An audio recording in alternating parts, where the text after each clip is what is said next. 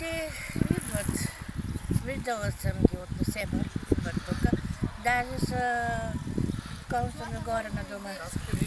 Ага, те от Несебърския клуб. И всичките, от вас, от Обзор, всичките идват тук. А те по принцип сега от Добрич, от всякъде идват. Какви са вашите очаквания? Кой смятате да победи? От Кошарица има ли някой?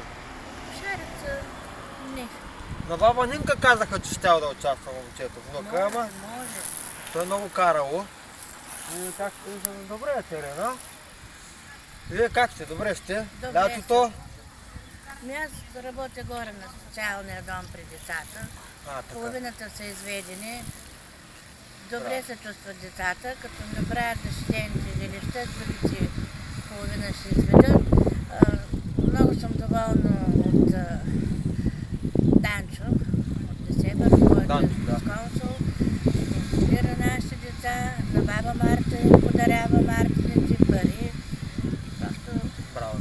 А иначе Николай Димитров? и да, И той прави помага. стартовски дом сега. Браво на него.